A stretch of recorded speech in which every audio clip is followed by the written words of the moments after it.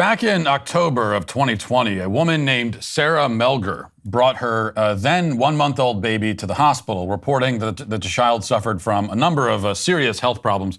She said that he wouldn't eat and he was constantly vomiting. She had told the child's father that he had a fever of 102.5, which is a dangerous temperature for a child that age. She said that he had heart defects. She told other family members that the baby suffered from hearing problems as well as Down syndrome. Twice over the course of 2 months, the hospital performed spinal taps on the baby, inserting a needle in between two vertebrae to test him for sepsis. A couple of months later, she was back at the hospital frantically claiming that the child wouldn't eat and he was dehydrated, so a feeding tube was inserted. Over time, the stories about the child's medical problems became increasingly dramatic and disturbing, and also fictional. There was no sepsis, there was no fever, there was no vomiting or hearing problems or eating problems. The child didn't have Down syndrome. Sarah Melger had made all of that up. It was Munchausen by proxy, a disorder where a caretaker, almost always a mother, pretends that a child is sick. And she does this for attention or for sympathy, maybe because she derives some sort of sick satisfaction from watching her child suffer. Perhaps it's a combination of these things. Whatever her twisted reasons, Melger was eventually arrested and charged, and finally this summer convicted of 3 counts of injury to a child. Now, her sentence, community supervision, was outrageously lenient, but at least she won't be able to contact her child, who certainly is better off now, never seeing his deranged, abusive mother ever again. But Munchausen takes other, more pervasive and even more disturbing forms. Worst of all, these other forms that it takes are perfectly legal by the standards of our laws today.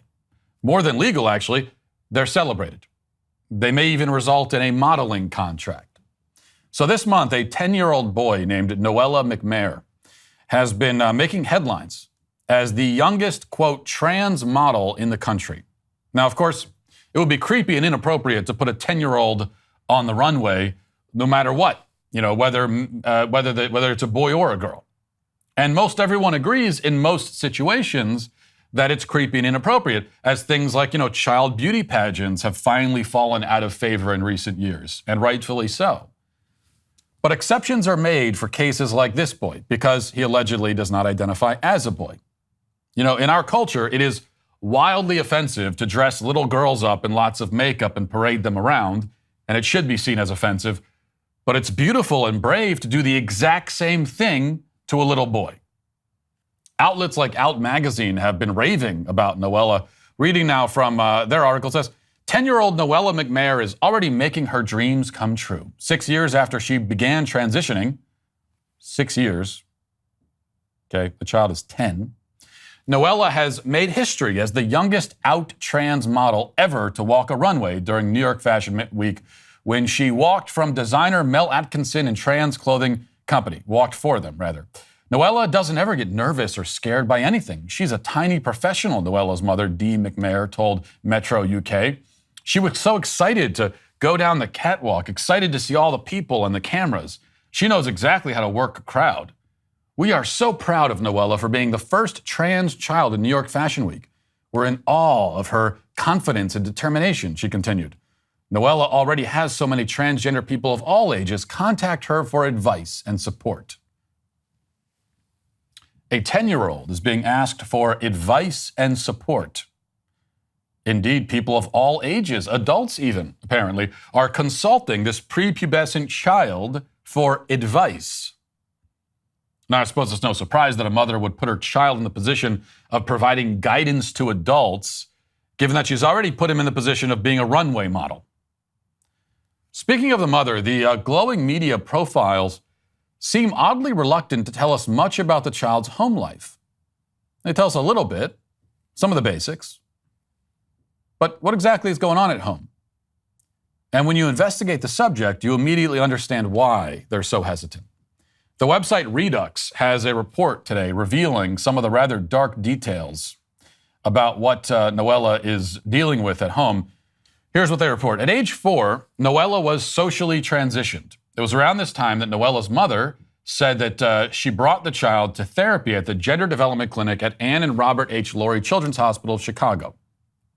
During the appointments, Noella told a gender counselor that he was a girl. By age 6, Noella's legal documentation had already been changed. Dee McMayer, Noella's biological mother, is a social justice advocate who identifies as non-binary, appears to be on hormone replacement therapy, and recently had a cosmetic mastectomy. Both she and her current partner are females who identify as trans-masculine. According to the Point Foundation website, McMayer has been an advocate and educator for transgender children for 10 years, roughly since around the time Noella was born. In 2019, McMayer and Noella were featured in People's World during a legal episode in which McMayer was fighting for full custody of her child from her biological father, Timothy McCord. Or from his biological father, rather. The report goes on to reveal that McCord, the father, did not agree with his son's transition, didn't agree that his son was transgender. He opposed the transition, but he lost the ability to prevent it in 2016 after McMayer claimed that the father fractured the boy's arm while trying to force him into, quote, boy pajamas. McCord was arrested for child abuse. McMayer also pressed to have him charged with an anti-trans hate crime. The hate crime charge never materialized, but McCord did plead down to a lesser charge and was given probation. Meanwhile, McMayer, the mother, married a female named Ray, who also identifies as trans and works in the field of, quote, LGBTQ health justice. Now, in 2019, Noella McCord was profiled by the website Chicago Parent under the headline, 7-year-old stands up for transgender rights.